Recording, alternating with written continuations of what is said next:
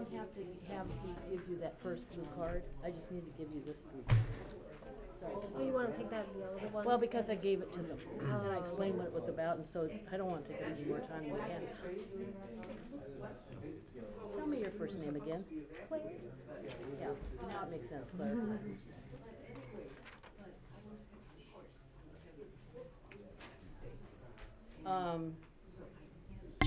It's about not having the soil check on the, So Meadows. yeah, so it went. Item is Meadows. Meadows? I need to follow Rob.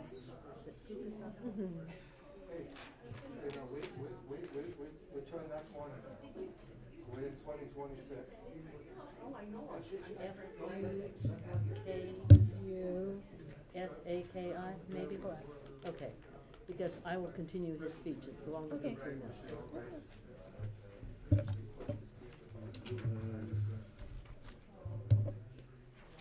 There. So you can ditch the first. Okay.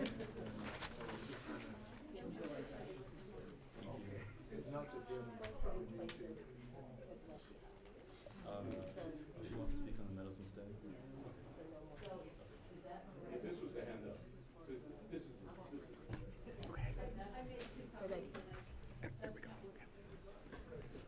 All right, we'll call to order the Planning Commission meeting of Thursday, January 15th, 2026. If we can start with roll call, please. Chair Dennison, Here. Vice Chair Simcock, Here. Commissioner Brennan, Here. Commissioner Yu, Here.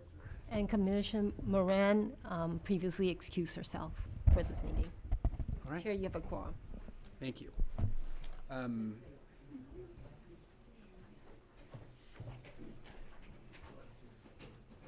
Are we no longer approving agendas?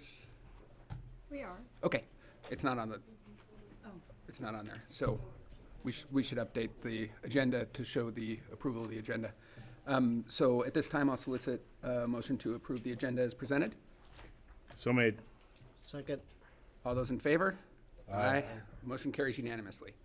Next up, report from the City Council Liaison. Councilmember Garcia.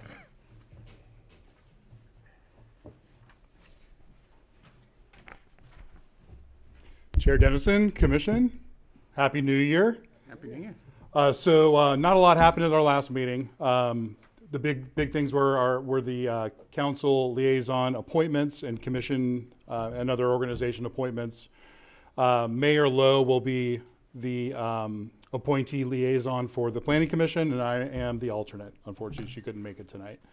On consent, a lot of times things on consent are a little quiet, but we did have one item that I wanted to highlight. We did receive another donation from our anonymous donor in the amount of $20,000 to public safety. That's almost $500,000 since the year 2000 from that anonymous donor. In the agenda packet, there is someone's name on the thank you letter from the police department. We checked, and that is not the anonymous donor has not been named, so they still remain anonymous. Going forward, the next meeting, we will have our mid-year budget review. So if there's any amendments to the budget or any recommendations to the budget mid-year, we will do that. And we will also see the Ginkgo Stonehouse recommendations that you went through, I think, at your last meeting. And I believe that's all I really have to report. If you have any questions, I'd love to answer. Thank you. All right, thank you. Next up, we have public comments for many items that are not on the agenda. Any person wishing to speak before the Planning Commission is asked to complete a speaker card and provide it to staff prior to the start of the meeting. At this time, we will hear from any speakers that have turned in a card or will turn in or want to speak after that. Please keep your time limited to 3 minutes and the topic to items not on tonight's agenda. Do we have any speaker cards for items not on tonight's agenda? Chair, there was one speaker card, but it was withdrawn. All right. Would anybody like to speak on an item not on the agenda? And Chair, there was one written comment received in advance for an item not on the agenda tonight. and that was forwarded to the commission for their consideration. I did receive it, so I can attest to that. Great. Next up, we will move into the public hearing. First, we'll start with a disclosure of any ex parte communications that have taken place pertaining to this public hearing. None to report? None. I have none either. So we'll start with design review permit DRP 25-02 related to the implementation of the Meadows at Bailey Canyon specific plan for the construction of 42 single-family dwellings and a 3-acre park. I imagine staff has a presentation. Yes, thank you, Chair. Good evening, Planning Commissioners, Vice Chair, and Chair.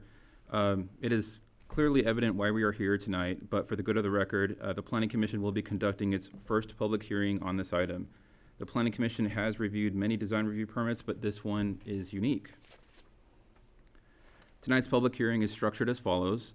Unlike design review permits, staff typically presents to the Planning Commission in the interest of and respect to everyone's time. Staff's presentation will not elaborate every detail relating to this project's conformance, but will instead brief key areas of conformance and highlight issues of conformance that arose through staff's review, which sustained themselves into the Planning Commission's review. Before I dive into the project conformance review, I will share some background and updates on the current status of the project and then define the scope of the Planning Commission's review. At the conclusion, staff will present its findings, analysis of the California Environmental Quality Act's applicability, possible alternative actions for the Planning Commission to take, and the recommendation of staff. Staff will then take questions of the Commission, followed by a brief presentation by the applicant. The current and former applicants are here tonight along with the project architect. The Commission will have the opportunity for questions and discussion with the applicant. The public will then have the opportunity to provide their comments for the record, beginning with comment cards received, which you can find at the entrance of the chambers and place them in front of me, then any member from the audience. I will also brief the Commission on the number of written comments that were received in advance of the meeting. Lastly, the Commission will deliberate their considerations and conclude the public hearing with a decision or a continuance.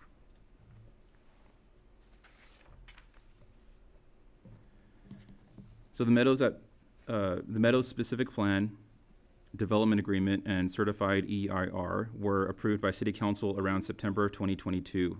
Both resolution and ordinance became effective on May 23, 2023, following a referendum ballot measure that was ultimately rejected by the voters, certified under City Council's Resolution 23-41.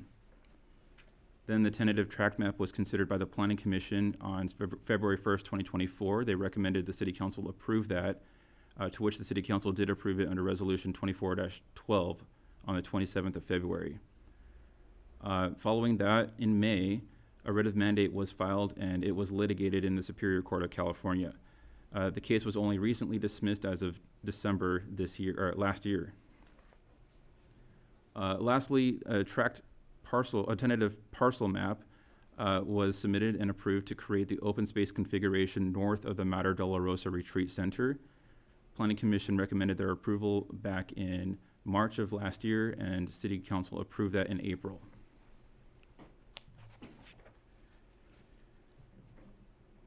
The design review permit application proposes the construction of 42 single-family homes and the landscaping of 6 open space parcels, one of which is the city public park. The application was received in May of last year. It was deemed incomplete twice for revisions, and the most recent revision was deemed complete as of December 22nd, 2025. Pending project notice to the public was delivered by postcard mailed to residents within 300 feet of the project site on December 23rd. Signs were then placed on December 29th, and the agenda was published last week on January 8th. The agenda packet was published with a set of architectural plans that are limited by the California state law. Staff placed a note on the cover sheet of the plans indicating that the public may request an appointment to review the plans at City Hall in compliance with the state laws. The Planning Commission was forwarded a full set of architectural plans in advance of this meeting. And then we also received addendum revisions. The first was for revised plan, roof plan for Plan 2B. We'll see what that is in a moment. And then a revision to the outdoor living options. The Meadows at Bailey Canyon project encompasses a 17.3 acre site located in the northwest part of Sierra Madre at the north end of Sunnyside Avenue and at the west end of Carter Avenue. To the north is the Madre Dolorosa Retreat Center. To the east is the Bailey Canyon Debris Basin and Wilderness Park. To the west and south is existing single-family residential development. The Pasadena city boundary abuts part of the west boundary of this project site. City Council Resolution 22-58 approved a lot line adjustment which configured the lot shape seen on the slide outlined in red dots on the left. Ordinance 1461 adopted the Meadows at Bailey Canyon specific plan and rezoned this property from institutional to R1 with specific plan overlay. The current owner of the property is Toll West Coast LLC and the builder is Toll Brothers Incorporated. The image on the right of the slide represents the subdivision of land under vesting tentative tract map 83966 and how parcels within the subdivision are zoned as per the specific plan. There are 42 single-family residential lots and 6 open space parcels, one of which is that 3-acre public park. A landscape buffer is on the north end extent of the project site, which you see in the white and red candy cane shaded area. And it includes grading and landscaping buffer that will be maintained by the Madre Dolorosa Retreat Center. For the framework of this review, the project is subject to the following requirements. State law limits the number of hearings and the level of discretion. Under the Housing Crisis Act, the City Council and the Planning Commission shall conduct no more than 5 hearings for a housing development project such as this. Under the Housing Accountability Act, the Planning Commission and the City Council cannot deny this housing development project or impose a condition that reduces its density if either body determines that the project complies with applicable, objective, general plan, zoning standards, and criteria, unless either body finds a specific adverse impact upon the public health or safety, and there is no method to satisfactorily mitigate or avoid the adverse impact. Subjective standards or criteria cannot be used or cited as a basis to disapprove the project or reduce its density. Section 4N of the development agreement requires the applicant to pay $250,000 to the city for public safety purposes upon the approval of both the tentative tract map and the design review permit. And as a reminder, the tentative tract map has already been approved. Section 4A3 of the development agreement states that the design review permit shall not be approved if the developer is found to be in default. To date, no notice of default has been provided by the current or former applicant. Sierra Madre Municipal Code also applies to this project. But first, let me elaborate more. The project is subject to conformance with development standards under Section 3.8 and design standards under Chapter 5 of the specific plan. The Meadows specific plan regulates the implementation of its development under Section 6.2, where it says that the proposed development of the specific plan shall be subject to the city's design review process. And yes, specific plan 6.2.2 goes on to say that the commission shall be provided with a full set of the architectural plans. On December 11th, 2025, following the determination that the design review permit was complete, staff provided the commission with a full set of architectural and landscape plans. As previously mentioned regarding the publishing of the agenda packet, under California state law SB 1214, which became effective January 1st, 2023, planning agencies are required to ensure that architectural plans can be made available to the public in a manner that does not facilitate their copying. The law provides that architectural plans shall be open for inspection and public review only on the premises of the planning agency as a public record and shall not be made available on the internet by that planning agency. So to continue the zoning code applicability here, it's effectively used to reference definitions such as gross floor area and building height, but both of those definitions are also modified by the specific plan. The zoning code also establishes the city's design review process. Can I ask a couple of questions about that? Sure. Senior Planner Wolf? So if I'm understanding this correctly, the specific plan has already been approved, and that is where the design criteria came into effect. So we have no purview tonight over changing things that are conforming with the specific plan that has already been approved. Is that an accurate statement? The scope of the planning commission's determination is to make a conformance finding. So if the planning commission reviews these plans and does not find something that is conforming with a specific plan, it can identify that and use that as a basis to deny the project. But it is worth having a discussion with the applicant if something like that is found. Okay. I guess I'm trying to differentiate this in my mind from other design reviews that the commission has done, where we might say, we'd like to see more loading and massing here versus there. That's not the content of this particular design review. It's conformance with specific plan. That is correct. It is conformance with specific plan, and I'll elaborate what is objective and what is subjective on the next slide. Okay. And this is the order in which applicability of code is. So state law first, but the specific plan overrides the Sierra Madre Municipal Code except where otherwise designated. That is correct. Okay, thank you.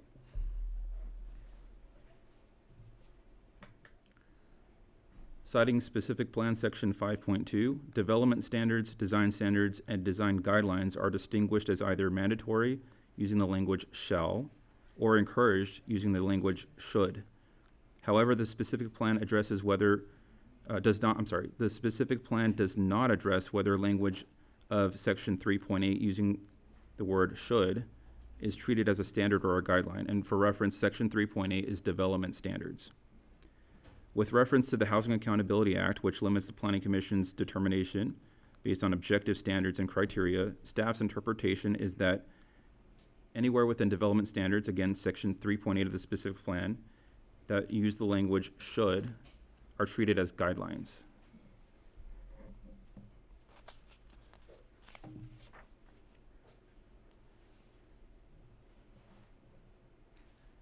And since I won't be explaining every detail of this project, I'd like to welcome the public to access the consistency review matrix, which you can scan on the QR code on the left. And it has also been included in staff report attachment 2.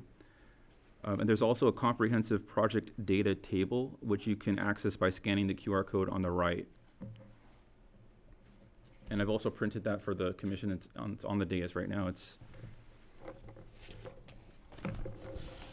this piece of paper.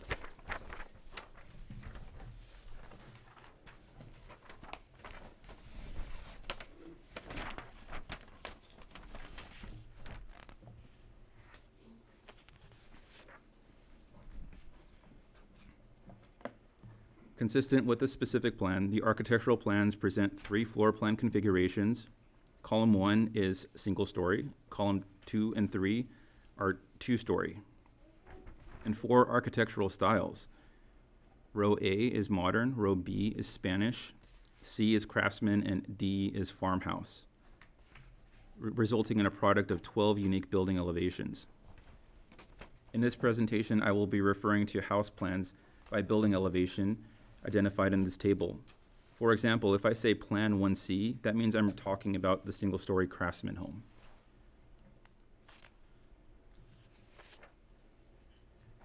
Wherever the building elevation appends an R, it means that the plan is reversed, mirroring the front and rear building elevations and mirroring and swapping the left and right elevations as illustrated on this slide. Also, left and right building elevations are oriented relative to the front elevation. So what that really means is that you have to imagine yourself standing in front of the property, looking at the front of the property. Left elevation means you go to your left. Right elevation means you go to your right and look at that side. However, all homes are either north-facing or east-facing. Thus, for lots facing east, which are 1 through 10, the left elevation is south and the right elevation is north. And for all other lots, the left elevation is east and the right elevation is west. As illustrated on this slide, Plan 1C is not designated for lots 1 through 10. Therefore, the front elevation will always be the north elevation. The left will always be the east elevation, and the right will always be the west elevation. Just want to pause here and ask if there are any questions.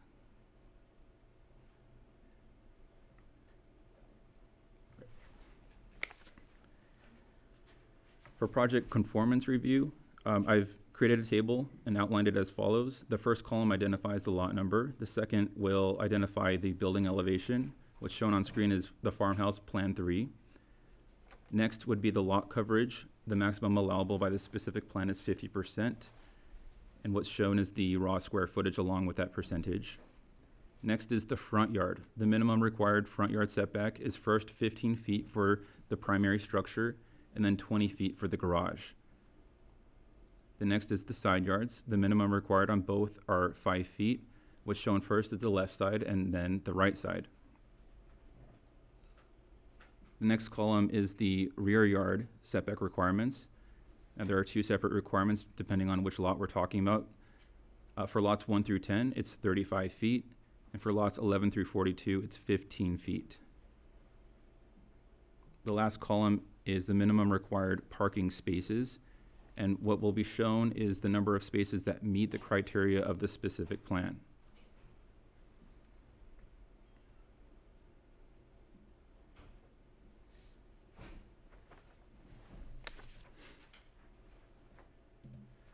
The first set of lots we're going to be looking at are lots 1 through 10.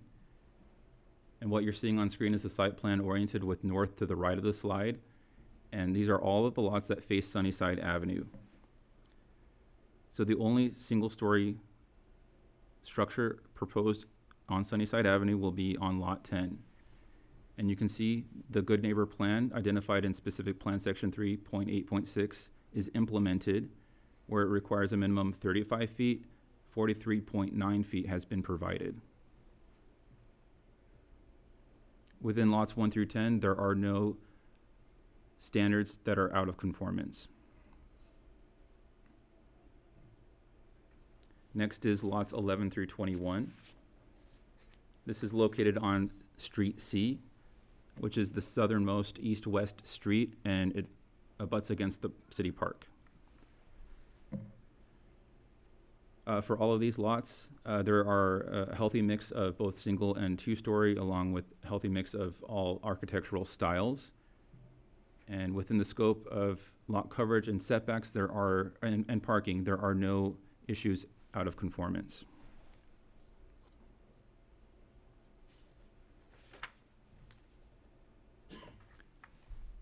Next is the lots 22 through 31, which are on Street B. This is the next east-west street north, and backs up on a downslope abutting Street C. Like with the previous street, when it comes to lot coverage and setbacks and parking, there are no issues out of conformance.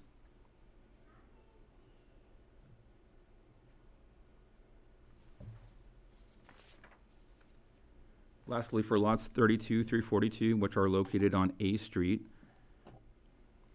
and have a downslope abutting Street B, staff did not find any issues of conformance regarding lot coverage, front yard, side yard, rear yard, or parking.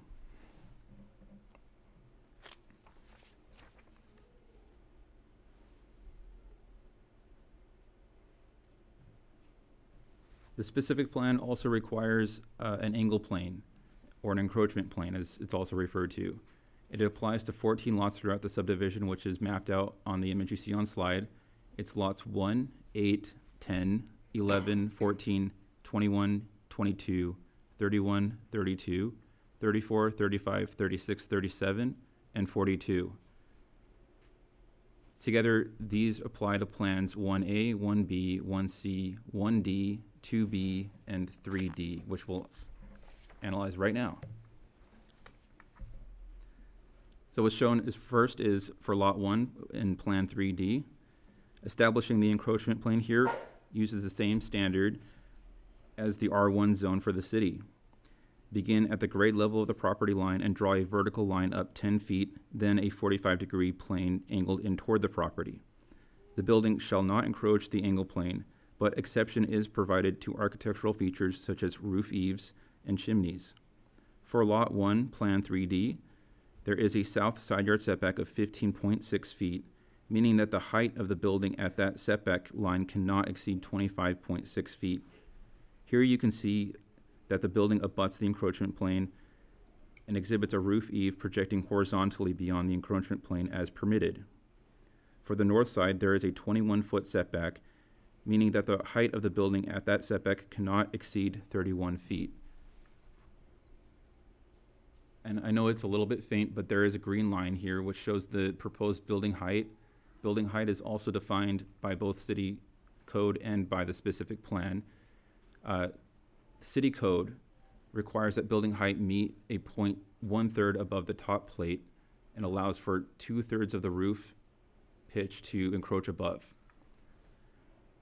Here the building height is 23 feet. I'll have another table, another slide to go over that. The maximum height that the specific plan allows is 25 feet measured from the finish grade. That's where the specific plan makes a modification to the city zoning code, is that height be measured from the finish grade rather than from pre-existing natural grade. For Lot 8, Plan 2B, there is a south side yard setback of 18 feet, meaning that the height of the building at that setback line cannot exceed 28 feet. Here you can see that the building clears the encroachment plane. For the north side, there is a 30.5-foot setback and a vertical offset above the building pad elevation, resulting in encroachment plane that is not possible to show on the screen as it is much further north. But nonetheless, the building clears that encroachment plane.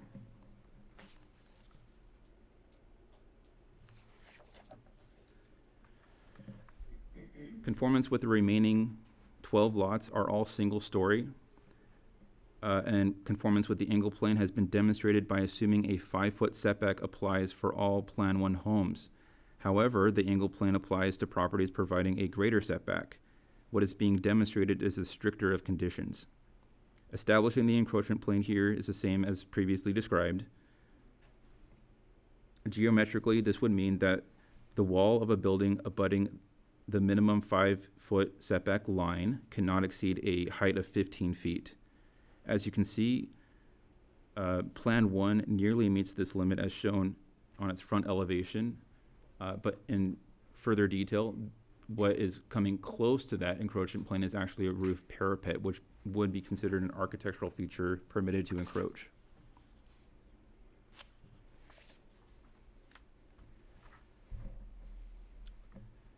Next is the gross floor area and building height. I've grouped this by building plan rather than by lot. And the maximum allowable by the specific plan for any one lot is 3,775 square feet. This is inclusive of residential area and non-habitable areas such as garages, just like the city's zoning code requires. It does make modification in that they're very nuanced. It allows for double height volumes to be counted once, only for stairwells and only if they do not exceed 180 square feet. For the building height, I've also grouped that by building plan, and the maximum allowable by the specific plan is 25 feet. Lots designated for single and two-story construction are consistent with the locations, and we'll go over unit mix in another slide. But I've also wanted to show where these plans are assigned per lot and where they appear on which street.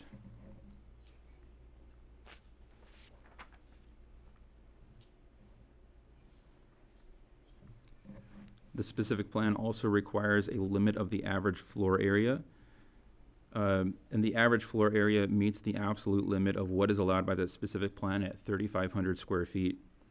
This means that the floor areas of each plan must be considered in engineering as absolute limits, with tolerance given only to the reductions in order to meet substantial conformance under Condition of Approval 2.1 for building permit application and plan check review. And actually, if you are looking at the project data table, a more accurate figure of the proposed average floor area is only 1/3 of a square foot shy of the limit. For the unit mix requirements, the percentages shown are generously rounded. Unit mix requirements also set a minimum number of one-story homes at 11, and the application proposes 12, which exceeds that requirement. is above and beyond. The remaining 30 homes are divided evenly among plans 2 or 3.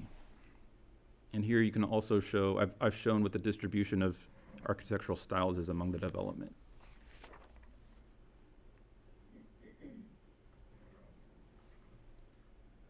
The specific plan also calls regulation for projections of architectural features and porches. It permits an architectural projection up to 24 inches within any given side yard setback.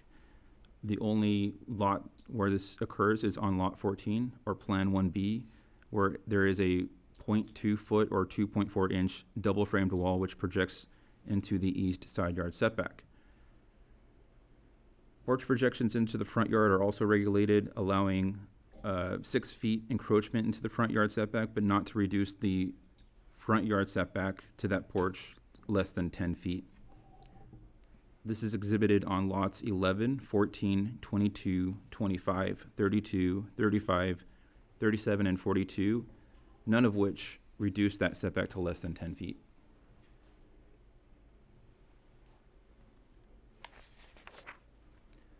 Landscaping is also regulated under the specific plan development standards. And landscaping plans have been provided with plant palettes tailored for each architectural style. The grouping on the top half of this slide is selected to complement modern styles, and the grouping on the bottom half complements craftsman styles. The next slide shows a grouping on the top half is selected to complement farmhouse styles, and the grouping on the bottom half complements Spanish styles.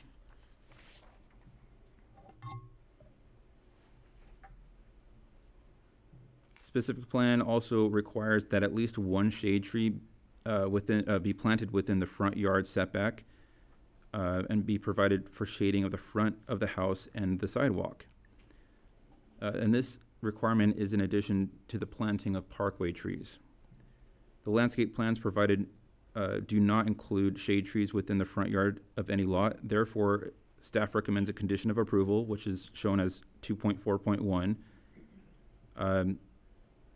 And this is also with agreement from the applicant to ensure that shade trees be planted and maintained per the specific plan requirement.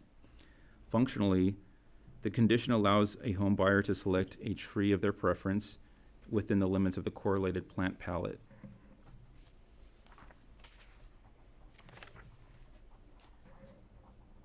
The specific plan also regulates exterior lighting. There are wall-mounted exterior lights proposed for all of the homes. The applicant provided a materials booklet that includes manufacturer's details for lights which indicate that they are dark sky compliant or will be fitted with a bulb shroud to direct light downward in conformance with the city's general plan policy. There is no ground or tree-mounted lighting proposed in the landscaping plan, and street lighting was considered as a part of the tentative tract map. There's miscellaneous standards to go over as well. Lot area was reviewed under the tentative tract map, and it is in full conformance with what is proposed under the design review permit. There are no accessory structures, swimming pools, or signage monuments proposed. When it comes to fire prevention and energy efficiency standards, those are met through Title 24 California Building Standards and Fire Codes conformance, which will be analyzed during the building plan check review by the city's fire marshal and structural engineer. Fencing and walls has also been included within the tentative tract map, but there are fencing and walls within the architectural design plans, all of which do not exceed 6 feet within outside of the front yards of either or of any residential lot. And within the front yards, they're typically limited to 42 inches and do not typically include a full enclosure fence within the front yard. On the fire prevention standards, what is the date that those will be effective? Are you asking which version of code? Yeah. So the 2025 Fire Code and Wildland Urban Interface Code will apply. Okay, and then any state laws that come into existence between now and when the plans are submitted, those would have to be conformed to as well? Any laws that become effective before the applicant submits their plan check would apply. Okay.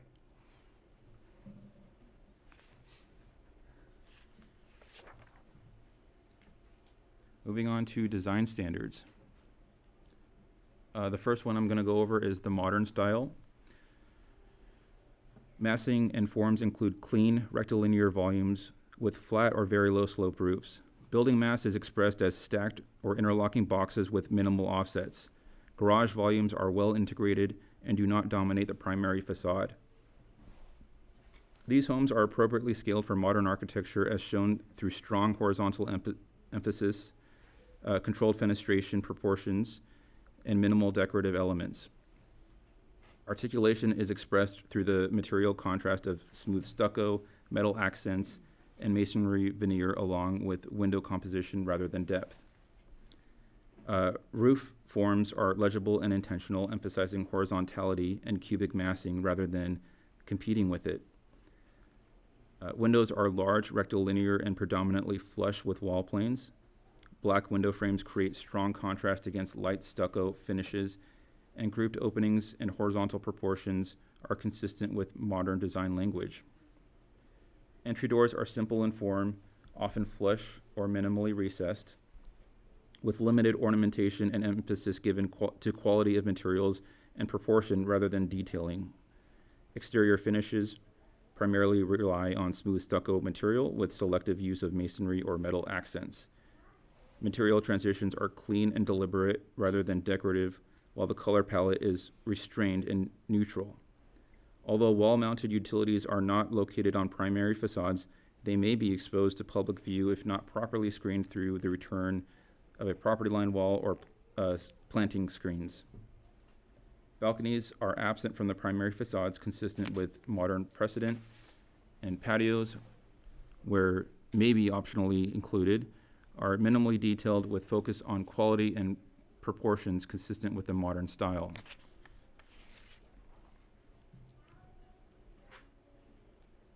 For the contemporary Spanish style, massing is primarily rectilinear and is contemporary forward with limited stepping or courtyard-driven forms typical of traditional Spanish architecture.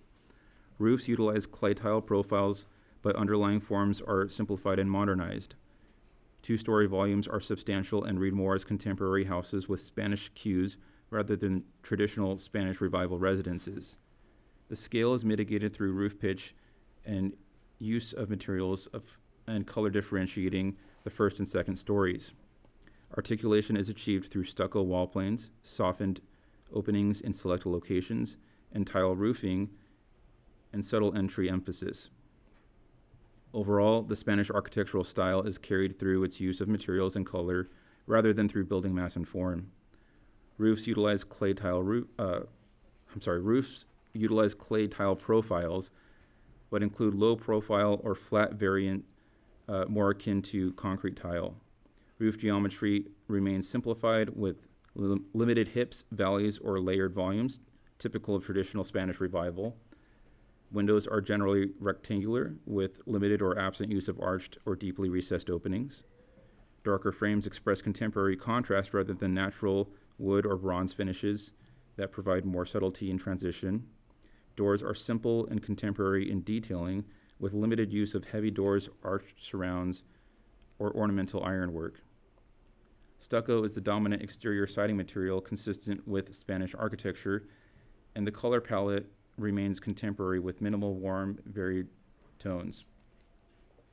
Like other plans in the project, wall-mounted utilities are not located on primary facades, but in some cases may be exposed to public view unless mitigated by the return of a property line wall or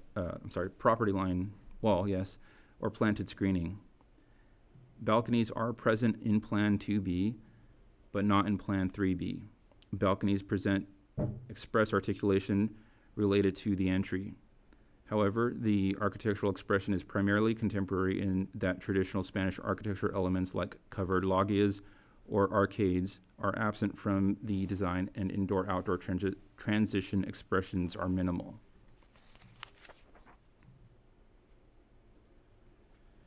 For the contemporary craftsman style, forms are boxier and taller than traditional craftsman homes, especially in two-story variants. Roofs introduce gables, but are simplified and often truncated, serving more as visual identifiers than as dominant organizing elements. The overall scale exceeds that of craftsman precedents, and large second-story masses are partially mitigated by roof articulation and porch elements. This style provides articulation emphasized by porches, board and batten or lap style siding, and masonry veneer accents. Traditional craftsman details such as brackets, rafter tails, and heavy trim are used minimally or are absent. Overall, the style is more accurately attributed to contemporary craftsmen, emphasized by use of its materials, colors, and front porch articulation. Roofs introduce gabled forms consistent with craftsman references, but roof pitches are moderate and simplified with limited overhang depths. Although windows are generally vertically proportioned, they lack divided lights or expressive trim. Frames remain black and contemporary in appearance. Entry doors are conventional and understated with limited use of sidelights, transoms, or heavy trim typical of craftsman homes. The proposed style is generally strong in its selection of board and batten siding, masonry veneer, and stucco that provide material variation. However, material transitions are generally vertical rather than layered. Like other styles in the project, wall-mounted utilities avoid the primary facade, but in some cases can be exposed, if not mitigated through the screening of a property line wall or plant screening. The proposed craftsman style also exhibits strength in its front porch design that help establish a pedestrian-oriented facade and are proportioned to be functional but are relatively shallow, limiting their visual dominance. And lastly, for the contemporary farmhouse style, massing and forms are simple and rectangular with strong primary roof forms. Gabled roofs are clear and legible, aligning well with farmhouse styles. Although the proposed style is larger than historic farmhouses, scale is moderated through clear roof geometry, strong horizontal siding patterns, and front porch elements. Articulation in the design is straightforward and expressed through board and batten siding, covered porches, and simple window groupings. Minimal use of ornamentation is a contemporary expression of the proposed farmhouse style. The proposed farmhouse is well expressed through its gabled roof forms with simple geometry that are consistent with other farmhouse typologies. Windows are vertically oriented, evenly spaced, and placed within dark frames that reinforce the contemporary expression. Entry doors are straightforward, often emphasized through porch placement rather than ornamentation. Board and batten is the dominant exterior siding material that effectively conveys the farmhouse character. As with other styles reviewed, wall-mounted utilities have the same vulnerabilities unless properly screened. Front porches are clearly defined, integral to the facade, and include columns that provide human scale and visual relief from larger masses.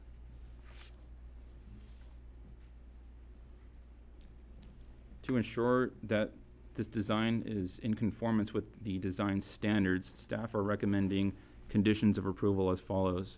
The first has to do with exterior cladding material. Staff recommends that they shall be limited to the approved materials for each style as shown on the approved plans with no more than 2 major wall materials per facade.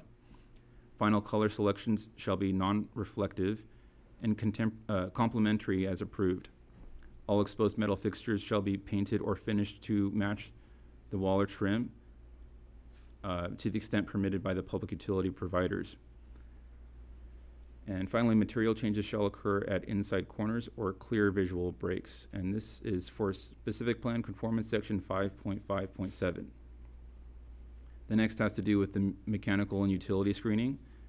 This condition requires that all mechanical equipment, such as condensers, pool heaters, etc., shall be screened from view by walls or by planting. Utility meters and outlet panels shall be grouped and painted to blend with adjacent surfaces. Gutters, downspouts, and scuppers shall be integrated into the architecture and painted to match the building. This condition ensures conformance with specific plan section 5.5.8. Going back to lots 1 through 10, there is a concern regarding the conformance with design standards. Lots 1 and 9 have the same building orientation and exhibit a repeated building elevation of the same floor plan, which is 3D or contemporary farmhouse. The specific plan states that the same elevation in the same floor plan shall not be repeated on any given street, with the exception of Street A. Plans not used on Sunnyside Avenue so far are 1A, 1C, and 1D, all single-story homes. However, building placement at Lot 1 is distinguished from any other lot on the west side of Sunnyside Avenue. Its rear building line is nearly aligned with the front building line of the adjacent Lot 2. Theoretically, if someone were standing in the sidewalk in front of Lot 9 and looking south down Sunnyside Avenue at Lot 1, they would not be looking at its front elevation, they would be looking at its right side elevation, which you see on screen. There's also elevation displacement to consider. Between Lot 1 and Lot 9, there is an elevation difference of 63 feet. Horizontally, there is a north to south, lot to lot distance of 583 feet. Staff discussed this issue with the applicant and suggested Lot 9 be mirrored to ensure conformance with a specific plan. The applicant stated that mirroring Lot 9 would overcomplicate the grading design and further provide differentiation of the color palettes to satisfy the specific plan requirements. Staff did not suggest mirroring Lot 1 as to avoid entrance into the community greeted first by a garage. The applicant provided a materials and colors document that includes 3 distinct palettes for the farmhouse style.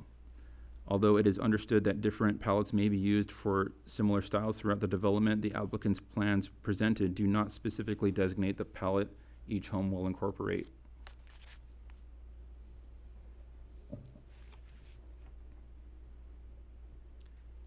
Outdoor living options also came up as an issue during review, and they were recently updated. To conform with specific plan section 5.5.9, the applicant proposes optional attached patio structures with post and frame clad in materials consistent with the attached architectural design. For modern and Spanish, that would be clad in flat finish stucco. For craftsmen, that would be clad in cementitious shingle siding. For farmhouse, that would be clad in horizontal stone gate siding. The overhead trellis structure utilizes a not wood product, which is an aluminum material with a wood-like appearance.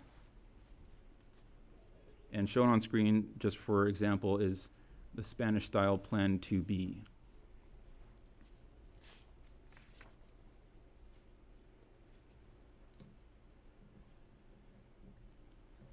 To further ensure conformance with specific plan section 5.5.9, staff recommends a condition of approval, which is 2.4.4. Covered entries and balconies shall be incorporated on street-facing elevations as shown. Columns and pergolas must appear structurally supportive, where there are no 2-story faux columns. Porch depths and balcony setbacks shall meet or exceed the minimum dimensions in specific plan section 559 to ensure pedestrian-friendly facades.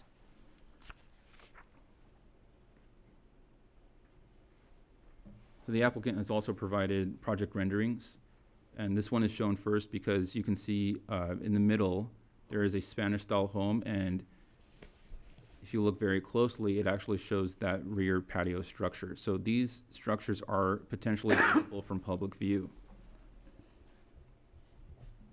And this rendering is shown as seen moving north along Sunnyside Avenue at the entrance near Lot 1.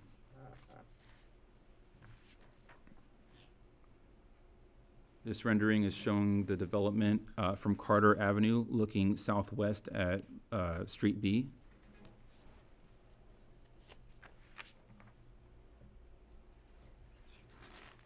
And next is located on Street C. This is again facing southwest.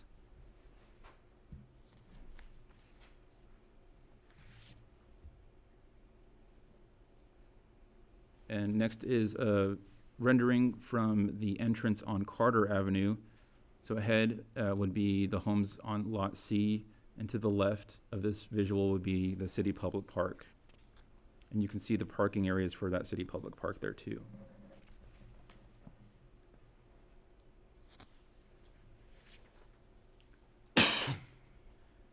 Moving on to findings.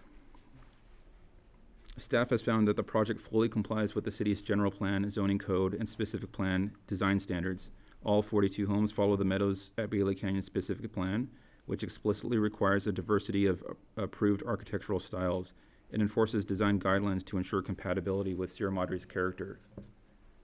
Homes are detached, single-family scale, and sited with ample separation so as not to adversely impact adjacent properties. The specific plan's good neighbor plan required buffers along the west extent of the development is fully implemented to preserve privacy and views.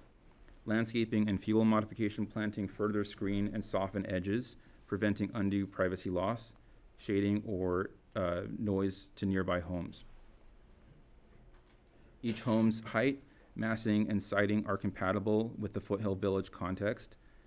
Building forms are broken into smaller volumes with varied roof lines and second-story step-backs. Oversized or disproportionate elements are avoided by design. This articulation of porches, offsets, and wall plane changes ensure no house appears excessively bulky or inconsistent with its chosen architectural style. The development reflects Sierra Madre's modest neighborhood scale and does not overpower the setting. Roofs are generally low slung, and homes are only 1 or 2 stories, consistent with the Foothill Village character. There are no monumentally tall or massive structures. The built form steps down with the slope and is proportioned to be in scale with surrounding ridgelines.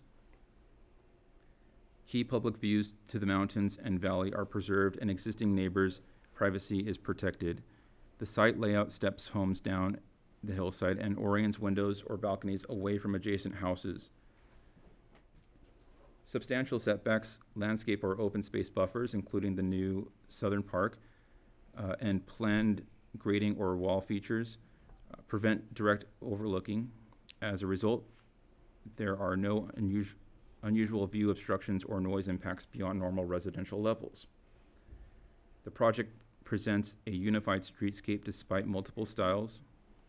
Each lot uses one of 4 allowed styles consistently on all elevations, and common elements are similar across all homes. Uniform block layout and setbacks further tie the neighborhood together. Overall, the mix of styles reads as a cohesive development in line with the specific plan's vision. Each home faithfully carries its chosen style through on every facade. For example, Spanish-style homes use continuous stucco walls with low-pitched clay tile hipped roofs. Craftsman homes have horizontal lap siding. Farmhouse homes feature board and batten or clapboard siding and simple front gables. And modern homes use smooth facades, flat parapets, and clear-story bands. No elevations mix incompatible stylistic elements. All windows, doors, and details are coherent with the selected style. The project, as modified by the conditions of approval, meets all development and design standards with no variances requested. No height exceptions or size waivers are sought, so the special superior design review criteria for oversized projects do not apply. In short, the design adheres strictly to the plan's prescribed norms and shows no irregular departures. This application with CEQA qualifies for a Class 3 categorical exemption under Section 15182, where residential projects are implementing specific plans, and where an EIR has been prepared on a specific plan. A residential project undertaken pursuant to and in conformity with that specific plan is exempt from CEQA. Exemption requires review to ensure that the project would not create any new impacts or increase the severity of impacts as disclosed in the EIR. And the EIR was certified by the City Council on September 9th, 2022, along with findings accompanying mitigation measures and a mitigation monitoring and reporting program. Tonight, the City Council may approve Design Review Permit 2502 as presented pursuant to Planning Commission Resolution 2601 and the conditions of approval, or approve with modifications the Design Review Permit pursuant to Planning Commission Resolution 2601 and conditions of approval as may be modified, or deny design review permit 2502, identifying findings supporting the planning commission's denial, or continue the public hearing and provide direction to staff and the applicant. If continuance is sought, the next available meeting is February 19th, 2026. The recommendation of staff is for the planning commission to approve the project with modifications to the design review permit pursuant to the resolution and conditions of approval as stated in this presentation that modify the project as presented. That concludes my presentation.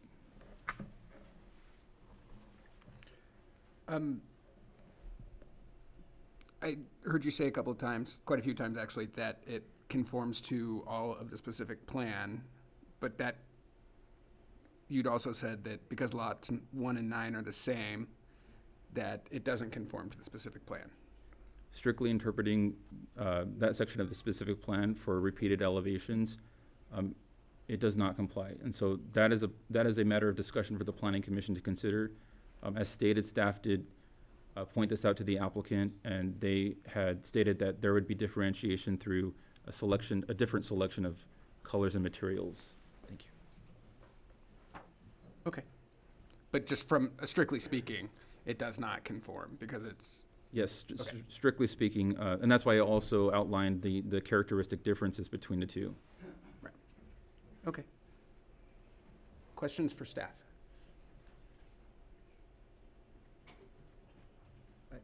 I met with staff on Monday after performing my review, so I think it might be better for me to. I don't have any specific questions that came out of the presentation tonight that I didn't have in that review, so I think it would be better for me to just hold Wait that for for our deliberation. debate. Yeah. Okay.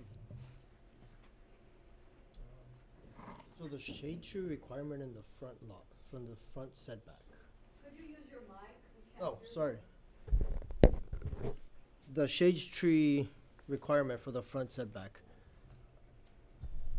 Was that a matter of just providing sort of a change of, I don't know, visibility or something at the street side of it? Because most of the houses would be facing north, which means that the tree would be sitting on the north side of the, so shade-wise, it's shading the sidewalk and the street, right? That was all considered during the review of the specific plan as a draft document, and so now it's a requirement of the specific plan. I written in believe stone, okay. if the question is about intent, I understand your point. We're working within what the specific plan requires, however. Okay, got it. Thank you. And then there was three things that city staff recommend, what was that called, the Conditions of approval. conditions of approval? Those are, I think those there's are. four. I think there's four. Yes. Those are already part of, Those are part of the resolution presented to the commission tonight. okay. And just to And clarify, we can talk about editing those, adding other ones, whatever we want. yes. Those conditions do not include anything that address or help enforce the conformance with the differentiation between Lot 1 and 9. Right. Other questions for staff? Thank you. Okay, I understand that the applicant has a presentation. Well, this is not the applicant. Good evening, Chair Dennison and members of the commission. Once again, I'm Jonathan Frankel. I'm here on behalf of the project team here tonight. Thank you so much for your consideration and for this opportunity. It's a really, really exciting moment for us as a project team. I myself have been working on this project for over 6 years, but I was reminded by Father Mike Higgins, who is in the audience tonight from Madre Dolorosa, that this project is actually 20 years in the making. They first voted at Madre Dolorosa to begin the process of selecting development partners and ultimately bringing this project to fruition nearly 20 years ago in order to generate revenue to care for their senior priests and brothers and to support the mission of Madre Dolorosa, both here locally in Sierra Madre and worldwide. So we also want to really thank staff, in particular Senior Planner Wolf, one of the most diligent and professional reviews that I've experienced in my career relative to this specific plan. We do know that this is a little bit different for you tonight than a typical design review in that we are sitting in a substantial conformance capacity. We did work really hard with staff to make sure that we were compliant with all of the objective design requirements of the plan.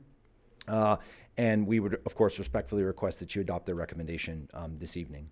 Two things that I did want to proactively address. One was relative to lots 1 and 9 and why that condition occurred and what we found as we went into final design.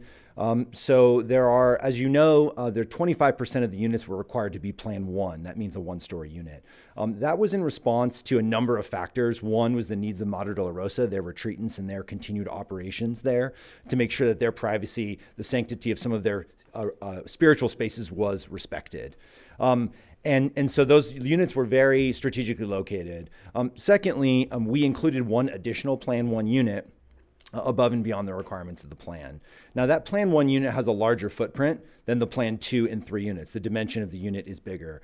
And so as we went into final design and actually started to lay out our retaining walls and all of the final details associated with the grading, what we found is that we were constrained with a 6-foot height maximum on the wall in creating a development pad that would be big enough to accommodate a Plan 1. There was the option of trying to reverse the plan. That wasn't possible on lot 9, again, because of the size of the lot and the location of the retaining wall. As to lot 1, it was really a suboptimal design in that the driveway would be very close to the project entry, which we didn't think really both aesthetically and functionally in terms of potential conflicts between vehicles was really ideal in that location. So what we did is we understand the purpose and intent of the standard is to create differentiation between each street to avoid repetition and cookie cutter design.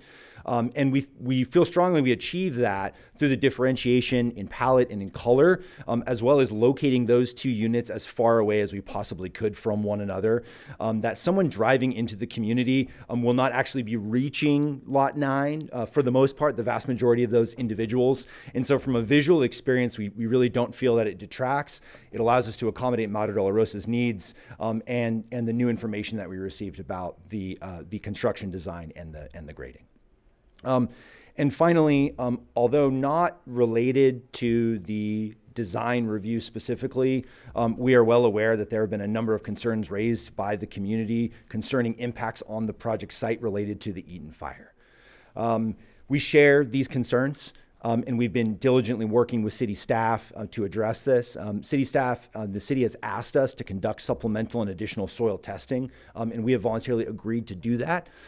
We have under contract an excellent team of environmental scientists and professionals that are very well versed in all of these standard protocols related to testing and monitoring. And that work will be underway and will be completed prior to any grading beginning on the site. And once we get those results, of course, we'll be sharing those with the city to make sure that they concur. At the highest level, the safety of our teams, of the future residents, of the existing community of Madre de la Rosa, of their retreatants is really of the utmost importance. We would never take any action to construct a project we felt was unsafe. And we're going to make sure, again, that we follow all relevant regulatory protocols to ensure that construction on the site is safe. As we move forward, we will continue to work with staff in that regard.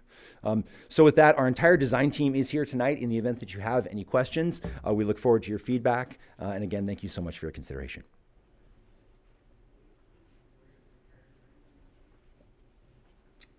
Any questions for the applicant? So I have a question, actually. So you guys would be amenable to a condition of approval that required the completion of that soils testing with a negative declaration before anything started? We can go ahead and include that. Yes, so my understanding is actually staff is already working with our team relative to the grading permit in making that actually a condition of the grading permit. So yes, that testing will be ongoing and that condition will be included in the grading. Okay, great.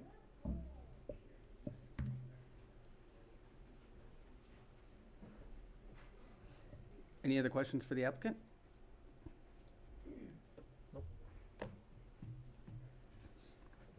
right.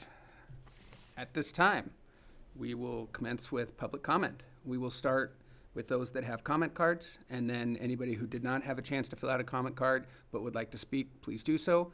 Please state your name and address for the record if you will be so kind. We will limit comments to 3 minutes apiece. There'll be a timer up on the wall. I will gently remind you of that, the end of that time period when we hit there. Nancy Beckham. I need to go after Rob, because I'm going to continue his speech. Phil Yao. I guess I'm the first after. I know it was scripted. Wow. Okay. Rob can go first, no problem. You want to go? No problem. You guys have a. Okay. Let's do that. I don't want to waste any time. My name is Rob Fukuzaki. We live on top of Sunnyside, right next to Madre de la Rosa, and like you mentioned, there's a lot of concern among the community, us as well, of all the young kids, including our young son and the elderly.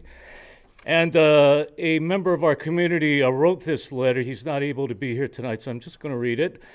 Dear City of Sierra Madre, Planning Commission responsible and trustee agencies, interested parties, I'm writing to formally request that the City of Sierra Madre and all responsible agencies require additional environmental review for the proposed metals housing project at Madre de la Rosa based on materially changed environmental conditions resulting from the Eaton fire and the aftermath. Now, this request is grounded in the California Environmental Quality Act, Public Resources Code Section 21166, CEQA Guidelines Sections 15162 and 15163, which mandate supplemental and subsequent environmental review when substantial changes occur in surrounding environment that gave rise to new and more severe significant impacts than those previously analyzed.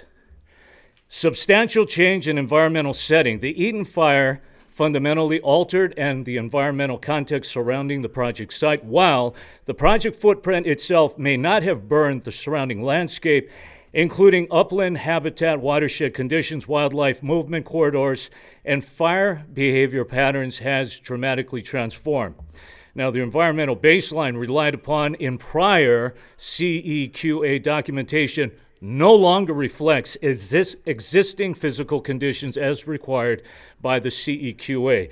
Post-fire conditions include, but are not limited to, loss of surrounding habitat and resulting concentration of wildlife within remaining unburned areas, including the project site, increased ecological sensitivity and unburned areas critical to regional habitat recovery, altered hydrologic and erosion and sediment transport and dynamics affecting downstream biological resources, heightened wildfire risk, evacuation constraints, and emergency response limitations in the wildland-urban interface setting.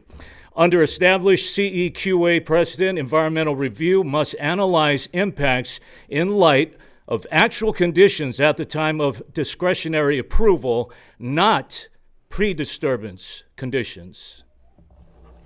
Thank you. This is the continuation of the same letter. I'm Nancy Beckham, 337 North Lima Street. Increased significance of biological impacts. In post-fire landscape, the project site now functions as a biological refugium within a largely burned region. CEQA requires analysis of contextual and cumulative significance.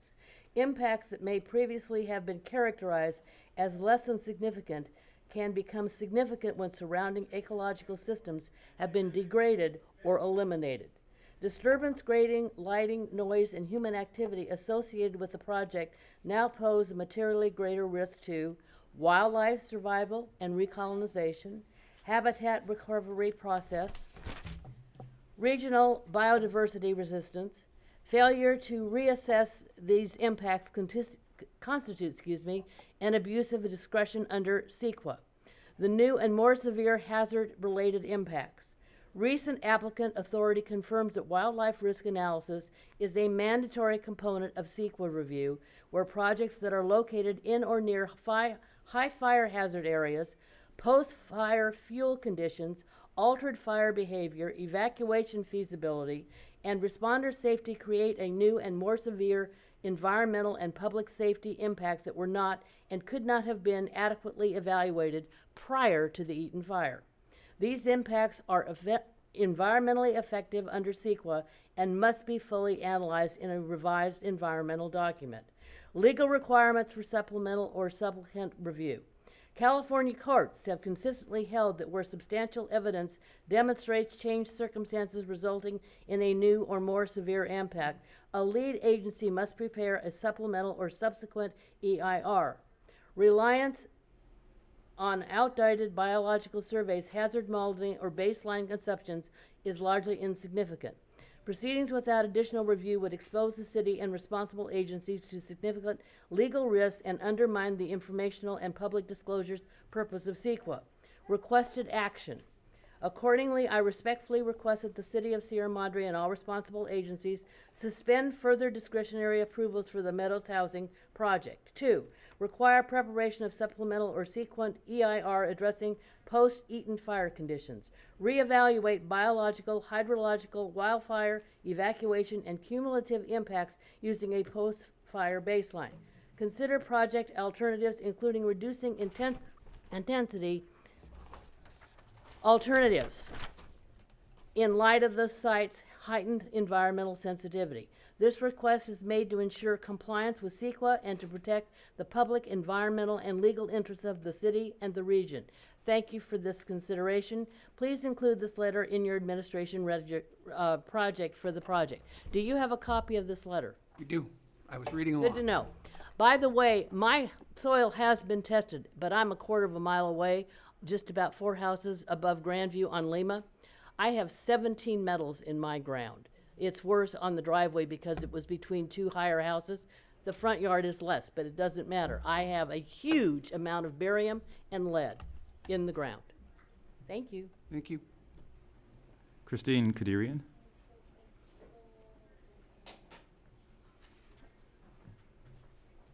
Thanks.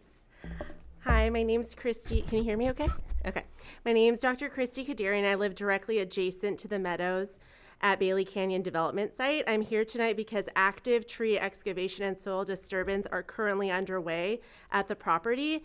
And I heard the gentleman say before that the soil testing is going to be underway before the grading permits, but I have a question about if they're allowed to excavate the trees because the same soil is there as well and causing that disturbance to our environment.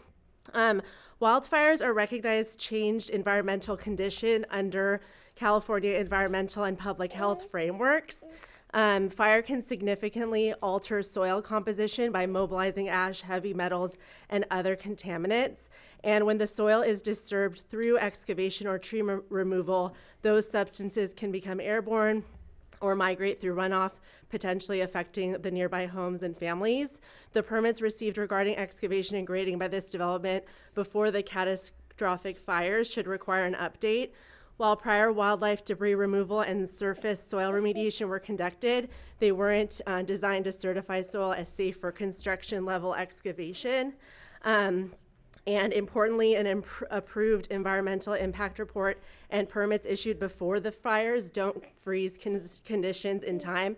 When a major event like these wildfires occur, I urge you to reconsider whether those permits and conditions remain appropriate under the current conditions. So specifically, I'm urging the city to confirm whether any site-specific post-fire soil testing has been conducted, and I urge that to be an independent company that conducts those soil testing.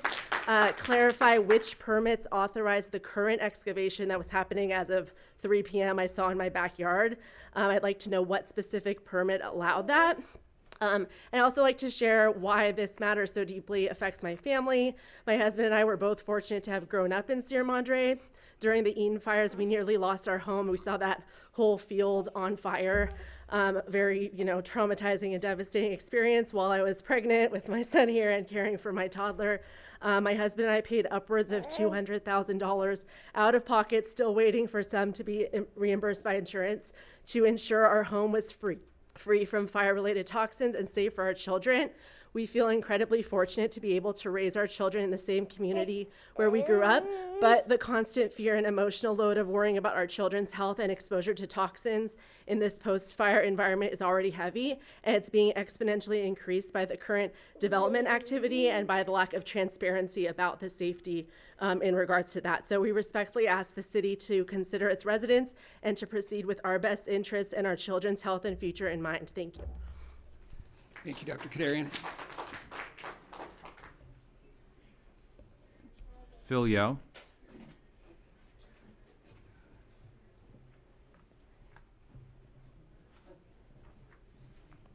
Hello, Phil Yao, 513 Sierra Keys, Sierra Madre since 1985. Been here for a while.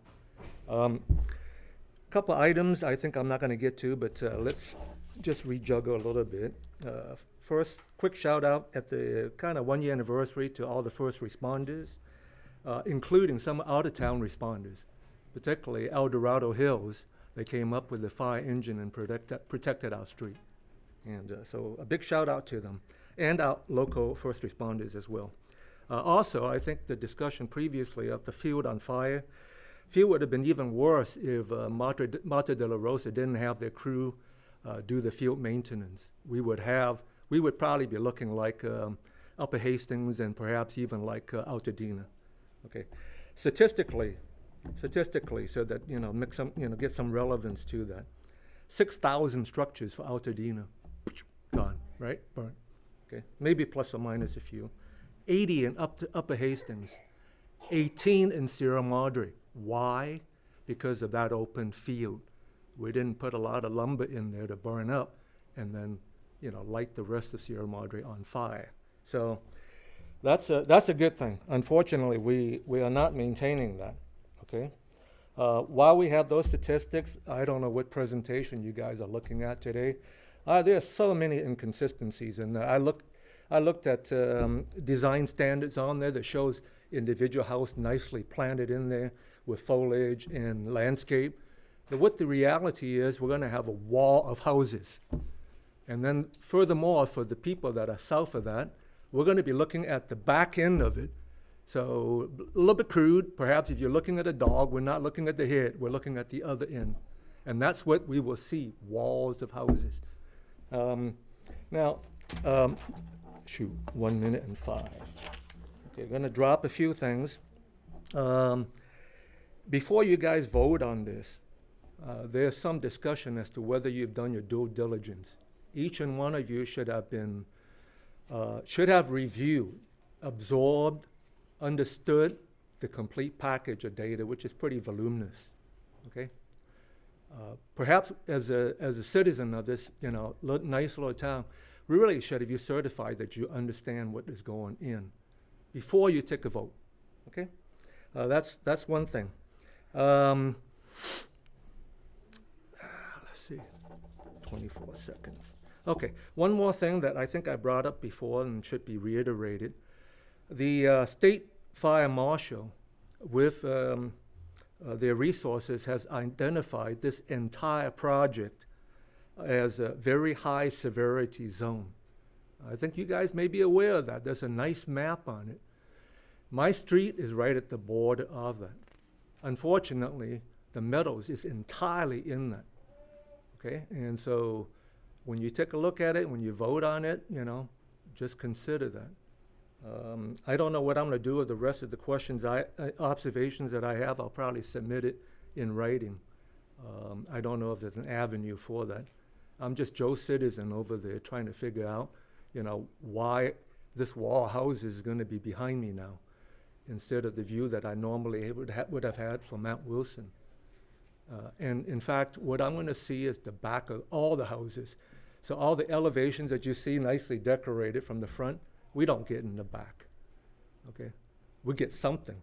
I don't know what it is, and we had requested that projection to be, drawn up before, but I haven't seen anything in terms of submittals that, addresses the deleterious effects of these wall houses. Thank you, Mr. Yao. Okay, thank you so much. All comments can always be submitted electronically, and we see them all. I was following along with all the comments we've heard tonight, so you should. I mean, I started with just like 3 bullet items, and it turned out to be 2 pages. My apologies if I mispronounced this. Judy Magnuson, followed by Ann Chesterman.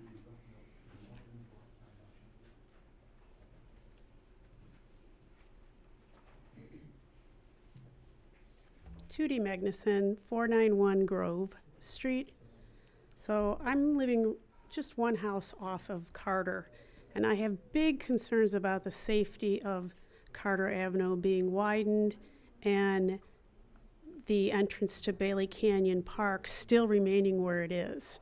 Right now we have so much traffic on that street, and there are so many people that go up and down that street with no sidewalks, walking in the road, and people zooming around Carter Avenue to come down Grove Street because it's faster to get over to Michelinda.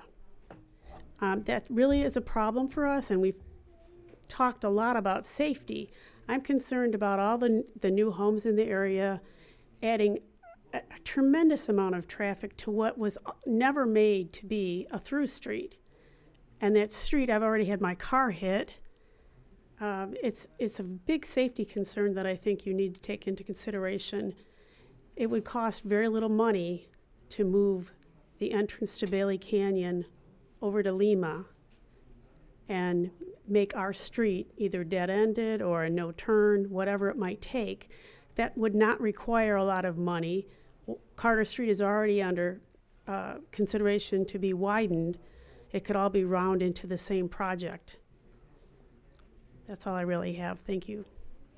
Thank you. Ann Chesterman, followed by Cheryl Fukuzaki.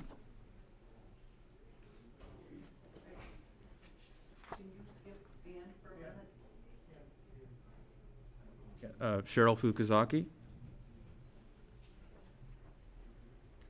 Hi, good evening. My name is Cheryl Fukuzaki, and I live at 501 North Sunnyside. I'm here tonight to give you a little bit of background. What my family have gone through this past year has been an absolute nightmare. We continue to be displaced. We're living in a hotel. A part of our property was destroyed in the Eaton fire. Our home has unsafe levels of lead and other contamination. There are rooms in our house that have no doors to the outside or windows that have contamination in it because the particulates flew in through the vents into the middle of the house. We have no light at the end of this tunnel right now. The other day when I saw the tractor out there in the field, I will tell you, I am terrified. We have a little boy and he has medical condition. Can the developer or anyone tell me right now, is the digging safe? Is there any contamination in there from what's going on? I don't know. The night of the fire, when we had to evacuate, I can't tell you how many cars were coming up Sunnyside to look at the glowing mountain. They were looky-loos. I have never seen that kind of traffic on our street before, making it hard for us to get out. They were coming on our lawn, looking over the fence, going onto the monastery property to take photos, while my husband, my brother, and my loved ones were standing there with hoses trying to stop our house from burning to the ground. What would happen if there was a development there? 42 homes in there. They probably each have at least 2 cars. Are people going to get trapped and they can't get out? If we were in that environment with no development there and we were having a hard time because of the congestion coming on our street, people parking on the street just to get out for their fun to take pictures, what will happen if there's a full development there? If we get trapped and we can't get out, who do we hold responsible? Because I want to tell you right now, I've never seen anything like that. The air was thick, it was hard to breathe. I had to leave my family behind while they are on the line trying to save our house. So as a mom, as a wife, our residents in the neighborhood, we are scared. This is a completely different situation. When the EIR was done, 2022, this is a whole new game now. We had a massive, devastating fire. I love this town. I grew up in this town. When I got married, I moved to the valley and I told my husband, we got to get back to Sierra Madre. There's no place like it in the world. And that's where we wanted to raise our son. That's why we came back. I love the people here. I love the town. There's nowhere else like it. But I'm telling you, this development has so much of our community on edge, and we are worried for the safety. Thank you. Thank you.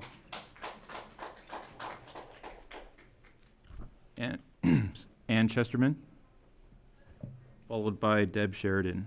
Thank you. Ann Chesterman, 671 Brookside Lane. Just trying to continue the comments made before. The hydroecology study was based on a 50-year time period as opposed to a 100-year, and the concern is who is going to be accountable when there is uncontrolled mudslides and flooding. Thank you. Deb Sheridan, followed by Caroline Brown.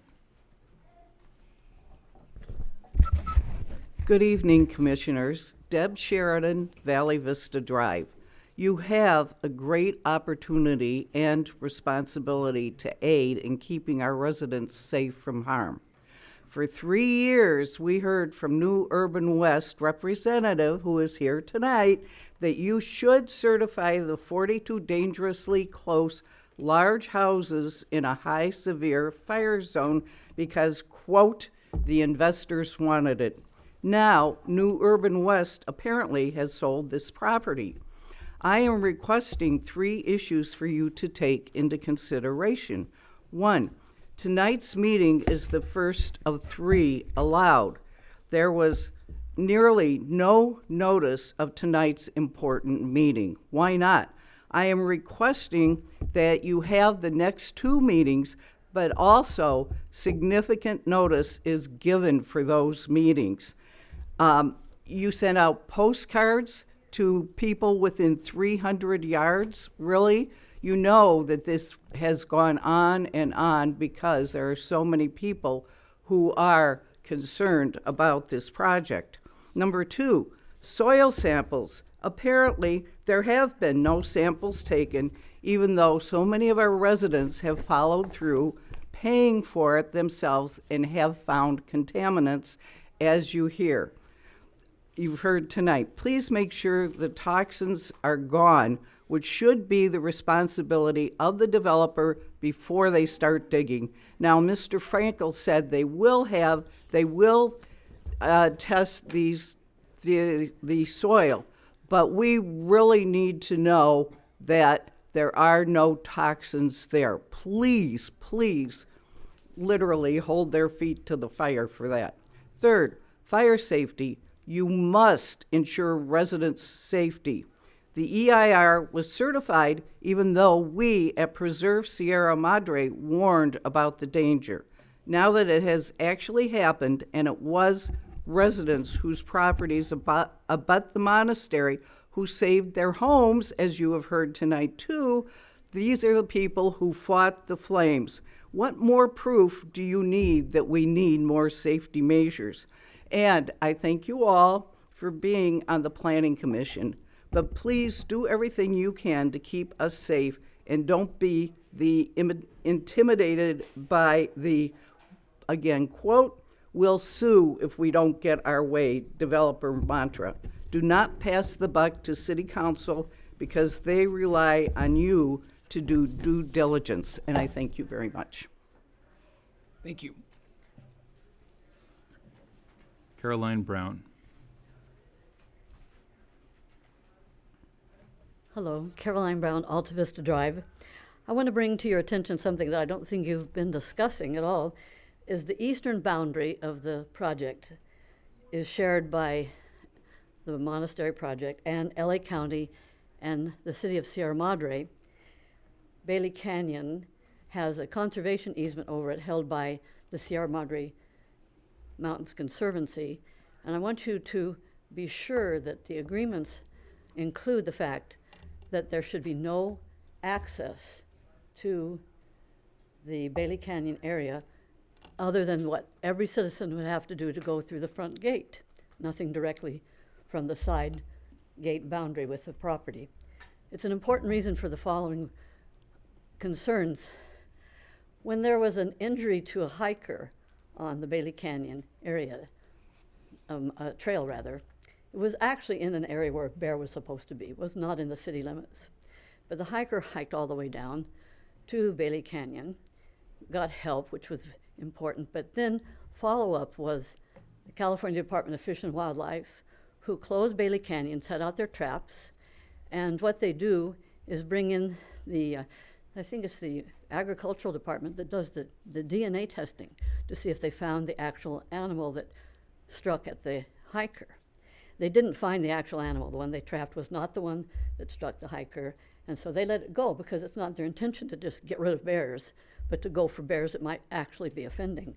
So I think it's important that the tract map, however it's stated, does, so that future residents know that they can't say, oh, by the way, wouldn't it be nice to have a gate going directly that we don't have to go all the way out and around like all the other citizens. Very important. One of the things that has come up tonight was the clearance, the brush clearance that went on. The Fire Safe Council that was first in place in the 2005, I think it was, had the Fire Academy from Rio Hondo College come and do some brush clearance. So brush clearance is a continuous concern for the high regions of this monastery project.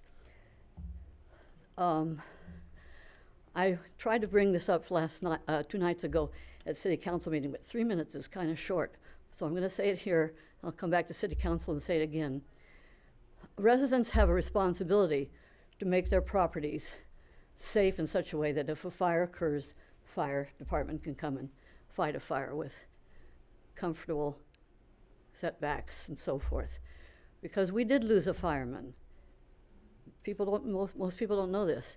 In 1960, a young hotshot from Dalton Canyon, or the Dalton Hotshot Crew, which is in Glendora, lost his life to a fire that was fought above Skyland Drive. Problem was he didn't die until 8 days later from the severity of his burns. No fireman is going to go in, and they should not be expected to go in and risk their lives. So properties such as this that's being developed, any properties along the foothills, we all have responsibilities as property owners and residents to be sure that we make our places safe for the firemen. Thank you. Thank you. Chair, there were no more comment cards received. Has anybody decided they would like to speak that did not turn in a comment card? Now is the time to come up. I just have a question. On the slides we saw, showing the houses and... If you have a question, if you come up to the microphone, we'd love to hear you that way so that it's on the record. Thank you. Eve Jebbins, 480 Fairview. So the slides that were up that showed the houses and the roofs and the measurements, and you said it was like 25 feet or 28 feet. Is there a way, since people that are at home that are trying to watch this can't because there's a lot of buffering and internet problems, so at some point in time, are they going to be able to watch all that? Because I've gotten a few texts saying, you know, what's going on? We can't see anything. It's buffering. Is there a way for later on maybe watching this? And Yeah. There is? Yeah, my understanding is that all of these are posted on the YouTube at the city channel once they're done. Okay, thanks. And we always enjoy having people in the gallery. Any other public comments?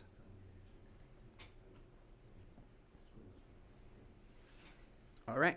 Chair, there were 9 written comments received in advance of the meeting and forwarded to the commission for their review.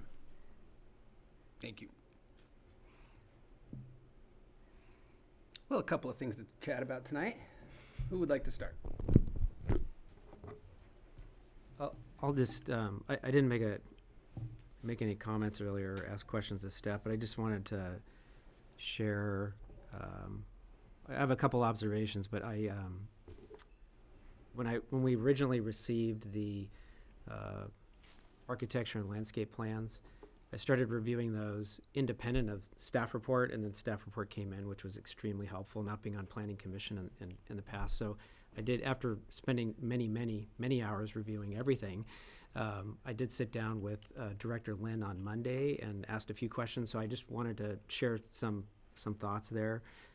Just one thing I wanted to commend staff for, which became evident after I talked to Director Lynn, and understanding the timeline for review that went into this process. I believe it was starting in May and only determining that the application was complete in December. And that was, as I understand it, the result of many iterations back and forth in a collaborative way with the developer to make sure that the resulting plans were in conformance with the specific plan, which we've heard tonight it is, with a minor exception.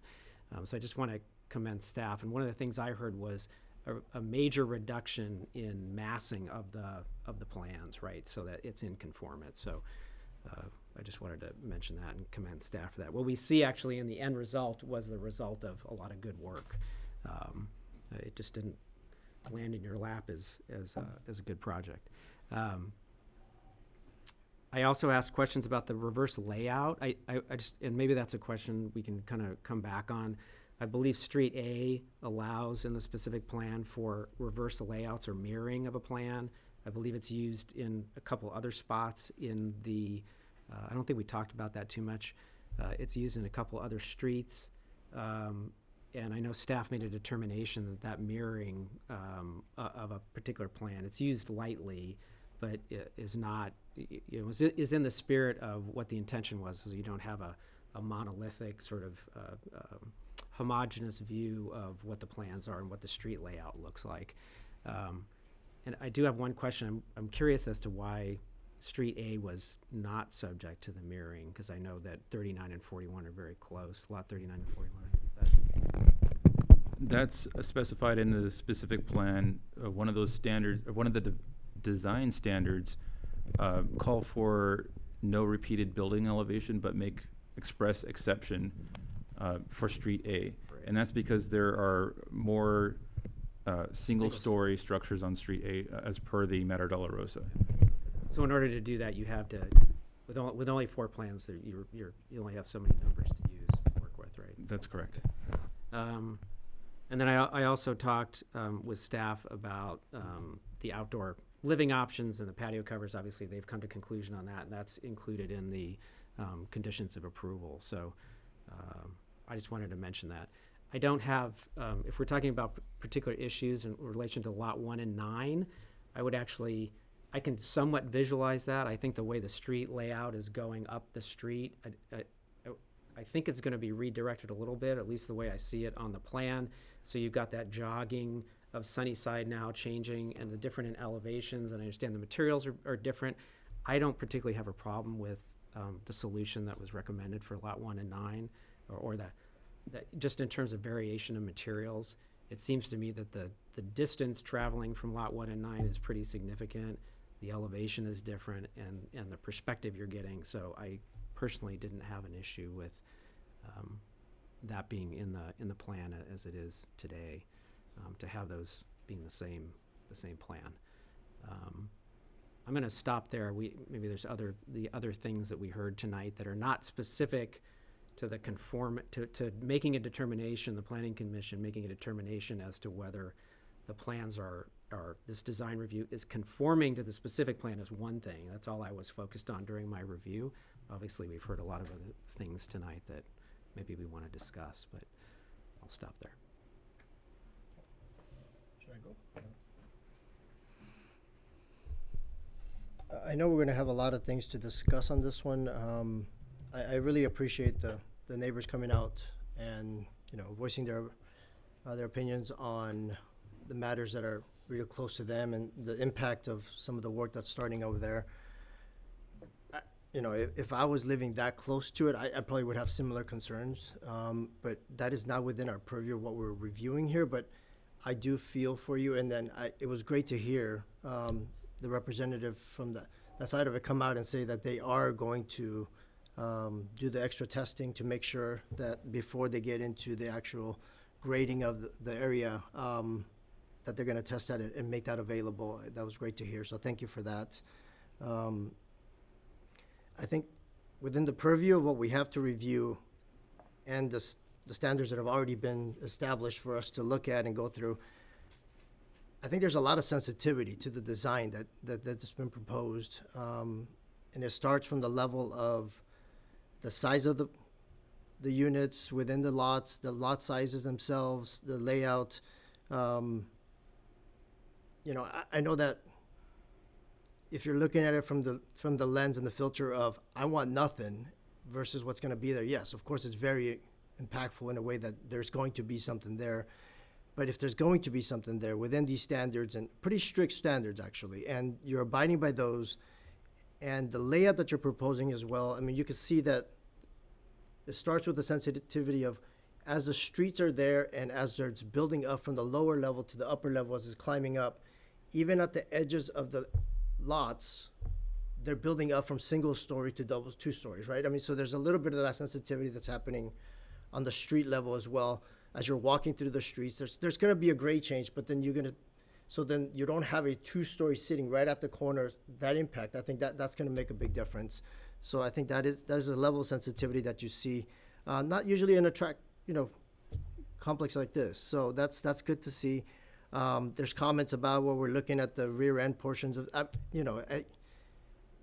actually think that because of the park buffer and all of that from the existing, there's going to be very little that you'll actually be able to see. Maybe the top of the roofs because the grade is such a big change. With landscaping that happens, I shake your head. I mean, you can disagree with me, but as an architect, I feel like I have a good grasp of sort of what could happen there. And then the renderings, yes, maybe the landscaping is not going to be as lush as what's shown there. I get that, and eventually grown out to that. But I think that buffer that it creates as it steps up is doing what you need to do to sort of guard as you're going from one level to the next. It's not a fully customized because we have 4 designs, 4 different styles, and we're, playing this little game of the mirroring and all that to get some distinction.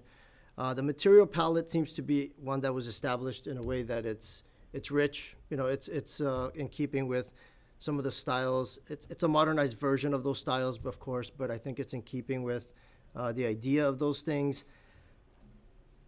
These homes and what they're going to be building from code-wise are going to be so much more stringent on the fire side of it. We have to look at it in that the material palette of what's going to be up there. None of it's going to be flammable. I mean, there's going to be such strict conditioning, 1 hour protection all the way around this thing. The landscaping criteria that they're going to have to meet, regarding just location, keeping that 5-foot buffer around it. All of that stuff is dictated by code now, and it's something that they're going to have to meet. The plant palette is going to have to be something that, is very selective in the pellets that you can actually use for that area for the very high fire zone. So within the things that we can review, I think that the designs that are shown and, the way that it was applied, I think, and with the straight restriction of the angled massing component of that, I think it meets all of that. I think the presentation that Senior Planner Wolf put together pretty clearly shows that. So I think from what I've seen and the detail that's gone into it so far, it seems to meet all of the standards that have been set. I don't really have any big issues. I think the issue regarding 1 and 9 mirroring, I don't have that big of a deal with that as well. I mean, that seems to be a minor thing compared to sort of the overall scope of things. So I'll stop there for now. Right. Yeah, I mean, I just wanted to kind of start off saying we're at a design review. I want to talk about that first because that's the reason we're here and that's what we can vote on. I'm not saying I do not have concerns about the soil. Maybe we can talk about that a little bit at the end or something. But as far as the design review, what we're here to look at, I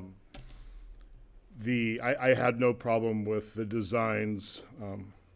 I get I had a hard time thinking of the Spanish one as Spanish, but it definitely kind of influenced that way. So it's just a modern interpretation. I had, as far as the 2 houses, lots 1 and 9, I have no problem with those being the same. They're almost 600 feet apart. You can't really see them both from the same place. I don't see that as a problem at all.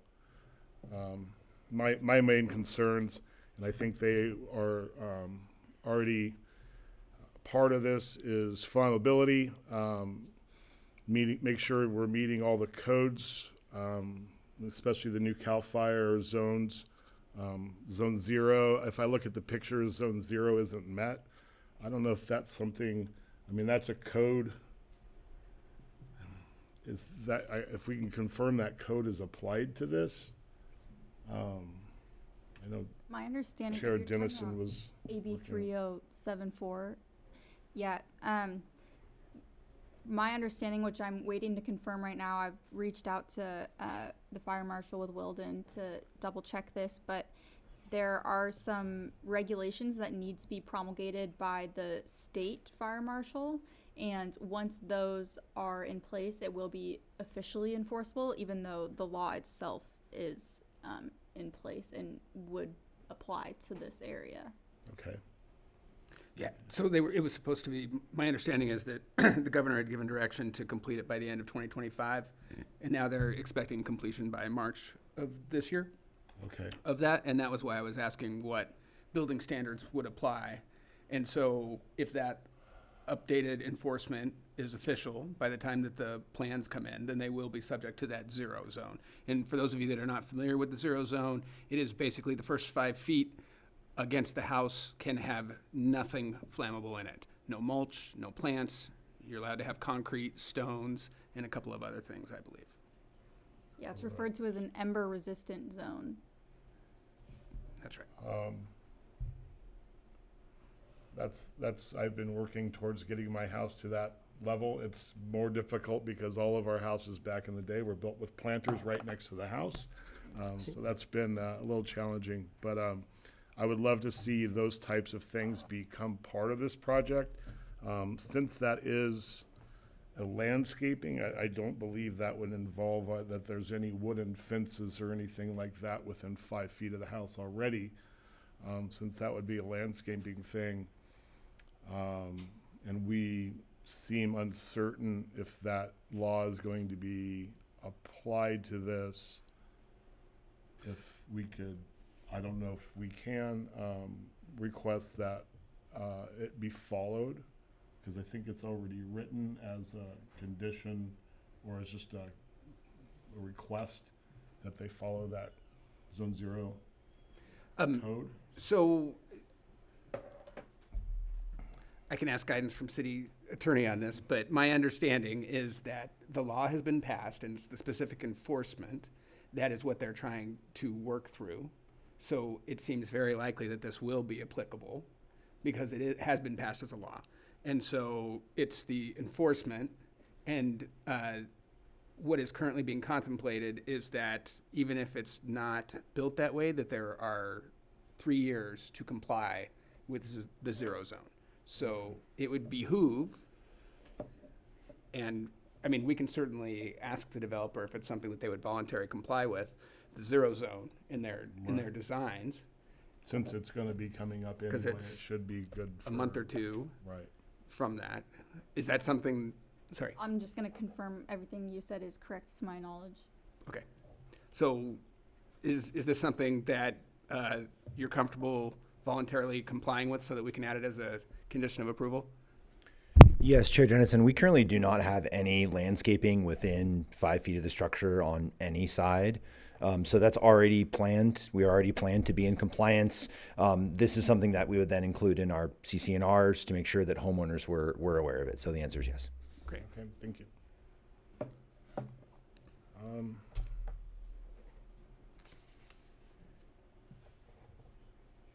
Other than the conditions of approval that have already been brought up by the city, that was the only thing regarding design review.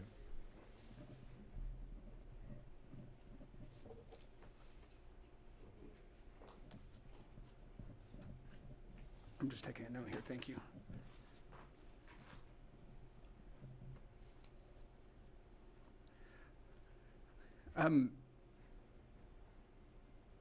So I have been here from the beginning of this project and have read thousands of pages, heard hours and hours of testimony from both sides of the fence. It has been a long process to get here. It felt like the 20 years that Father's been waiting for this to happen, but it's only been 5, as I was reminded, from that first meeting where I think we all got together as planning commissioners over at Sierra Madre Middle School and heard the very first testimony about this before it even became an official project. So I am very familiar with it. I think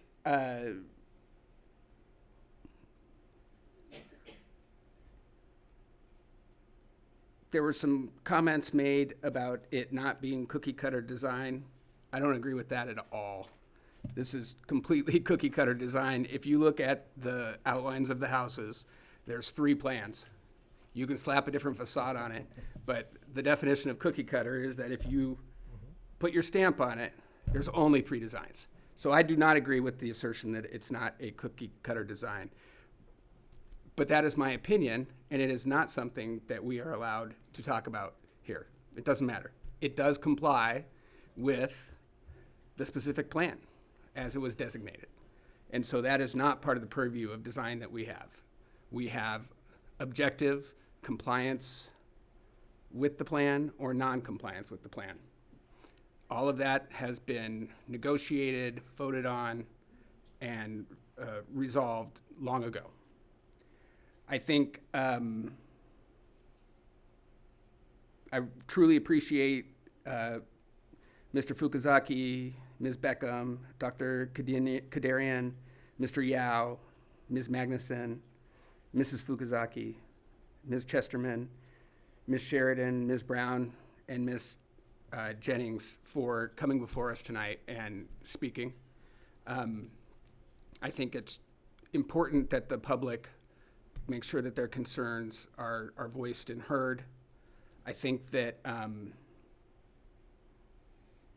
what I've heard is that the developer has voluntarily agreed to do the soil testings, provide those to the city for city approval of it before they'll start the grading plan. And so I think that that is a big win for the city, the residents, and everything. And so I'm very happy to hear that that is the case.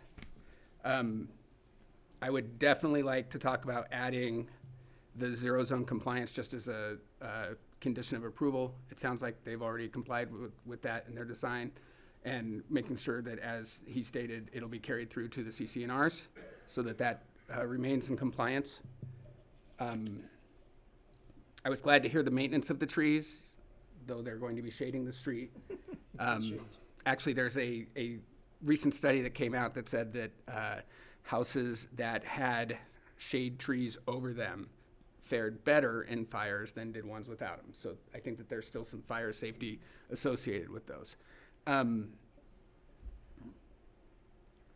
think that the 4 conditions of approval that were provided by the city are fantastic. I would like to add a condition of approval that the materials that are used on House 9 be different than the one on House 1. It's as close to compliance without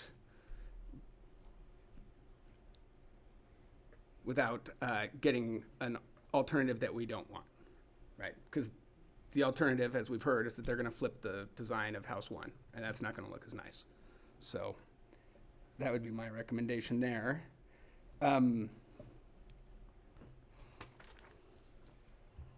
Check the rest of my notes here. Yeah.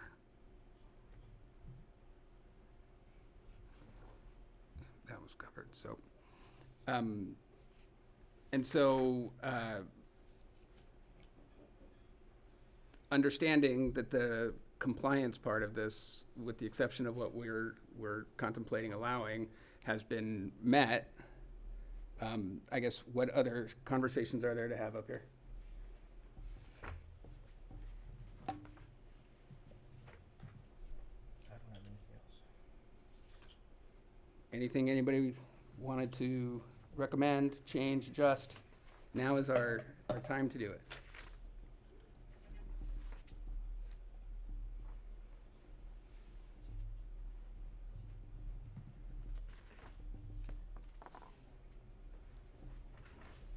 I have another question about the zone zero. So we've been talking about, plants and that sort of thing. What about closed eaves? Isn't that part of the zone zero that they have to have closed eaves? Yeah, closed eaves will be handled in, that's been code for a decade, I think. So that'll already be included in all of the plan check that happens. So, It'll be dealt with on a detailed level where they'll have to prove the rating of the house on the exterior to protect the house from any kind of fire going through. So that's a code issue, yeah.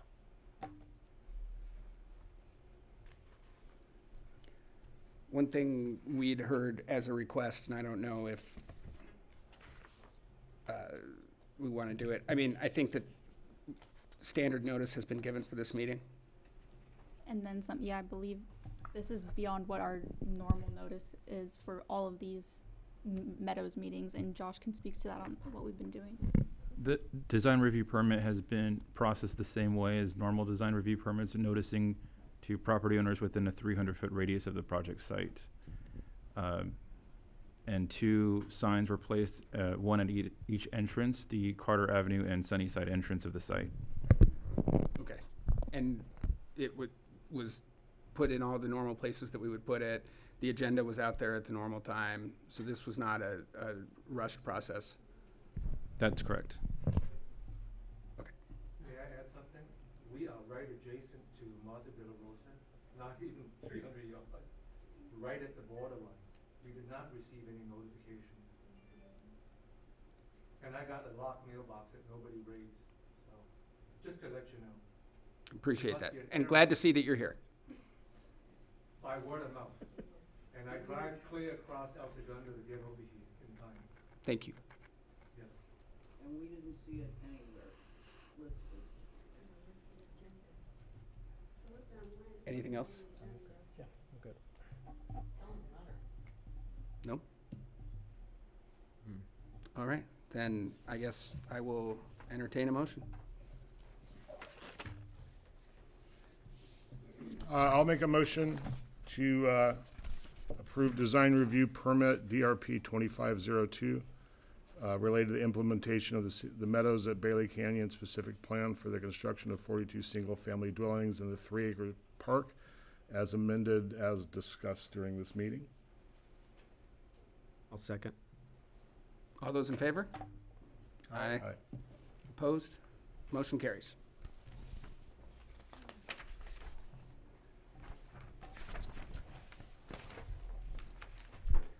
Next up is the consent calendar. Regular meeting minutes of the December 18th, 2025 meeting. Did anybody have any proposed updates, edits, changes? No. I'll make a motion to approve the December 18th meeting minutes. Second. All those in favor? Aye. Aye. Motion carries. Reports from Planning Commission. I'll just note that I am planning on attending the Planning Commissioners Academy in Anaheim for 3 wonderful days in March, and I will do my best to report back and take some copious notes and figure out how I can share I material. will be joining you. All right. Excellent. Great. Great. Any other? I'll not be joining that. You will not be joining? You know a couple of things about planning already, perhaps? All right. Don't really want to spend 3 days there. Just 2 days, yeah. All right. Reports from city staff. Thank you, Chair. So our next meeting, the first meeting of February, we'll be canceling that meeting because the council chambers is undergoing a renovation. So we're getting all the equipment upgrades, a new TV, a new camera. So it will be dark for that reason. And a Zoom system that works, perchance? Yes, Oh, a system that'll that be- will work. Oh, this is the third. Yeah. And so we will restart the meeting at the second meeting of February. Okay, great. Anything else? Nothing else. All right.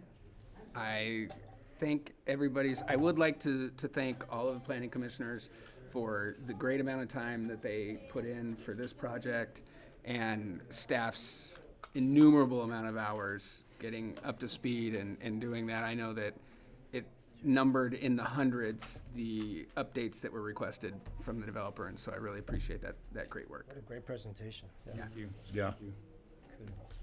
And with that, I will close our meeting. Thank you. Thank you.